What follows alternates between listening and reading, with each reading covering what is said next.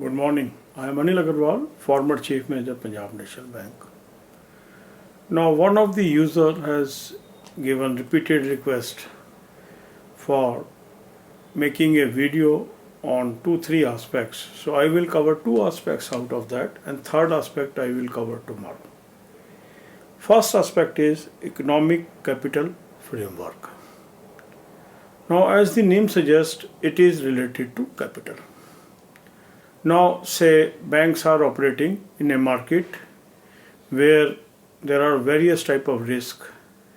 They can be called market risk,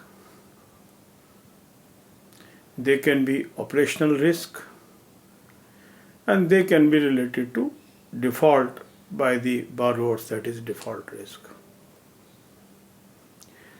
Now, to mitigate this risk, it is essential that the bank must have adequate capital to take care of these risks.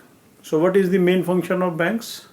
The main function of banks is to lend, and secondary is investment.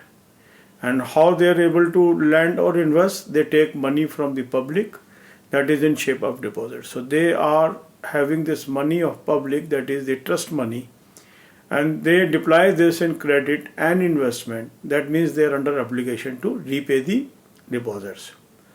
So if they go on lending and they don't have any regulation on that, the one day can come when they are in trouble, and besides them, even depositors may also come under trouble.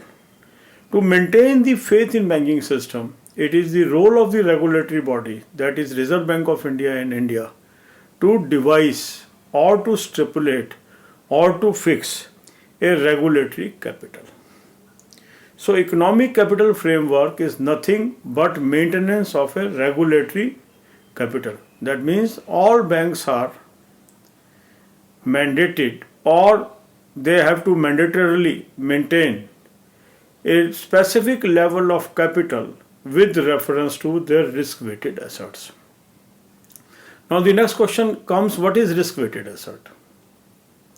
Now in balance sheet, what type of assets a bank has?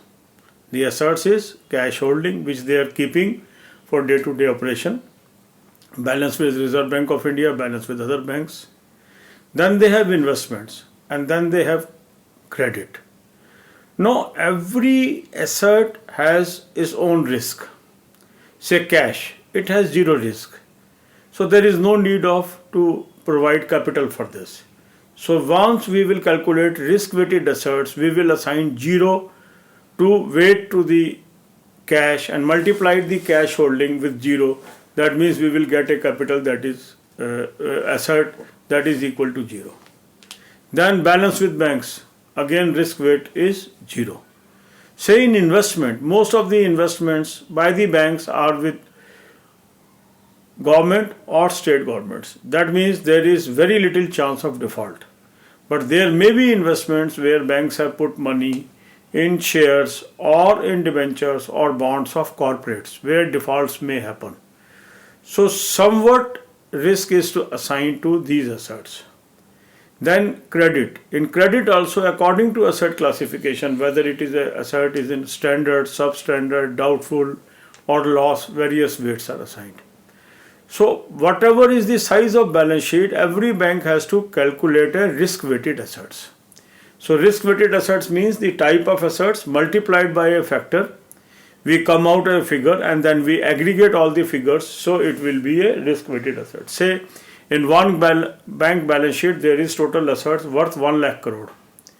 But risk-weighted assets may come out to be 60,000 crore, 70,000 crore, 80,000 crore, depending upon the composition of the assets of the bank and the risk profile in that. So with reference to these assets, they have to maintain a capital. So that is called capital to risk-weighted assets. So if adequacy is to be seen, it is called capital adequacy with reference to risk-weighted assets. So this is called economic capital framework. So whatever framework Reserve Bank of India decides, in India is called economic capital framework. That means it is regulatory. So everyone has to maintain it. Another word is capital conservation buffer. Now the buffer itself means something above the natural. Why we maintain a buffer? Say a person has a need of 100 rupees but he keeps 20 rupees in the bank deposit. Why? This is a buffer for sudden need. Sudden expenses may come, he needs money. Similarly, the banks are also advised to maintain a buffer for sudden fluctuations in economic activity. As in 2008 happened, so there was a sudden risk, that was subprime crisis came all over the world.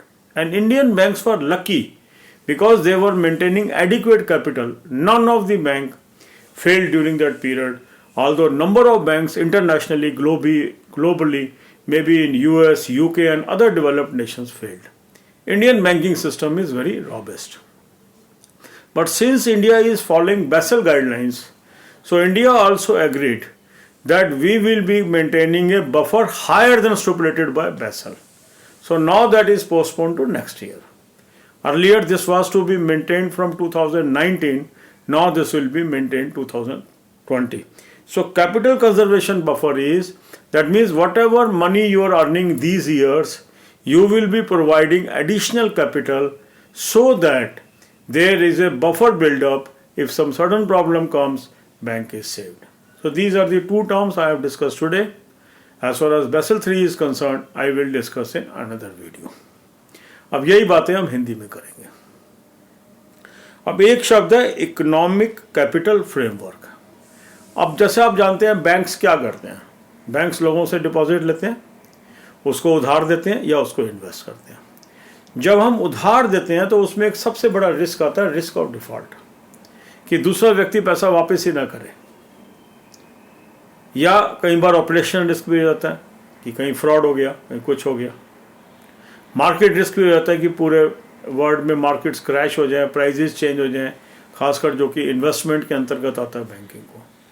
तो इन सब चीज़ों को tackle करने के लिए ये ज़रूरी है, क्योंकि ये आउट ऑफ डिपॉजिट्स हम सब कुछ दिए जा रहे हैं, तो बैंकों का अपना भी कुछ हो, दैट इज़ कैपिटल हो.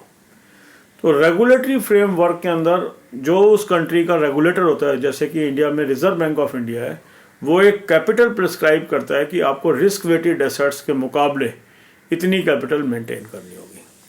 रिस्क वेटेड एसेट का मतलब होता है हर एसेट को एक वेटेज असाइन की जाती है, उसको फिर एग्रीगेट किया जाता है, फिर निकाला जाता है. जैसे मान लीजिए अब एक बैंक है, उसके पास कैश है, उसके बैंक बैलेंस है रिजर्व बैंक के साथ, दूसरे बैंकों के साथ, उसने इन्वेस्टमेंट की हुई है गवर्नमेंट ऑफ इंडिया में, स्टेट गवर्नमेंट के अंदर, डिफरेंट कंपनीज के अंदर, और लोन दिया हुआ है. अब आप देखेंगे इस सब में रिस्क अलग अलग है. कैश में कोई रिस्क नहीं है, कैश तो करेंसी है, तो जीरो रिस्क असाइन होगा. बैलेंस विद रिजर्व बैंक में भी कोई रिस्क नहीं है, जीरो वेट असाइन होगा. अब मगर इन्वेस्टमेंट के अंदर गवर्नमेंट सिक्योरिटीज़ में कोई रिस्क नहीं है, बट अलग इन्वेस्टमेंट्स में रिस्क हो सकते हैं, अकॉर्डिंगली रिस्क असाइन होगा. तो रिस्क वेटेड एसेट्स हम निकाल लेते हैं, और जो भी आरबीआई ने स्टिपुलेट किया है वो देखना पड़ता है कि इतना कैपिटल इसके पास है कि नहीं. इसको हम बोलते हैं कैपिटल एडुकेसी. एडुकेसी मीन्स जितनी ज़रूरत थी उतना कैपिटल है कि नहीं है. यदि उससे कम है तो उस बैंक को और कैपिटल लानी पड़ेगी. तो जो आप देखते हैं समय समय पे गवर्नमेंट कैपिटल इंट्रोड्यूस करती है बैंकों में, वो कैपिटल एडुकेसी मेंटेन करने के लिए करती है. दूसरा शब्द है कैपिटल कंजर्वेशन बफर. अब बफर का मतलब होता है कुछ चीज़ जो कि रिक्वायरमेंट से ज़्यादा. अब मान लीजिए कोई चीज़ हमारे पास 200 रुपये हमने बैंक में रखे हुए हैं और हमारी आमदनी है उससे ज़्यादा खर्चा हो जाए. किस लिए रखे हुए हैं? कि जब भी अचानक ज़रूरत होगी हम बैंक से निकाल सकें. ये बफर है. ऐसे बैंक्स को भी बैसल ने कहा कि आप धीरे धीरे एक ऐसा बफर तैयार करें कि जब कभी अचानक क्राइसिस आ जाए तो आपकी जो कैपिटल है उससे अधिक आपके पास कैपिटल होगी, तो आप उस क्राइसिस को हैंडल कर पाओगे. क्योंकि 2008 के अंदर सब प्राइम क्राइसिस के अंतर्गत पूरे वर्ल्ड में कई बैंक फ्लॉप ही हो गए. इंडियन बैंक्स बहुत स्ट्रांग थे, वो सारे बैंक सरवाइव किए और उनके पास कैपिटल एडुकेसी अच्छी थी. तो ये 2019 तक लागू होना था और बैसल के नॉर्म से भी हायर लागू होना था, जो गवर्नमेंट के इंटरवेंशन से अब रिजर्व बैंक ने पोस्टपोन कर दिया है, 2020 में लागू किया जाएगा. तीसरी एक और चीज़ बेसल 3 के बारे में इस फॉलोअर ने कहा था कि बताएं, ये मैं अगले वीडियो में कवर करूंगा क्योंकि इस वीडियो की लेंथ काफ़ी लंबी हो गई है। Thank you very much, all the best, God bless you all.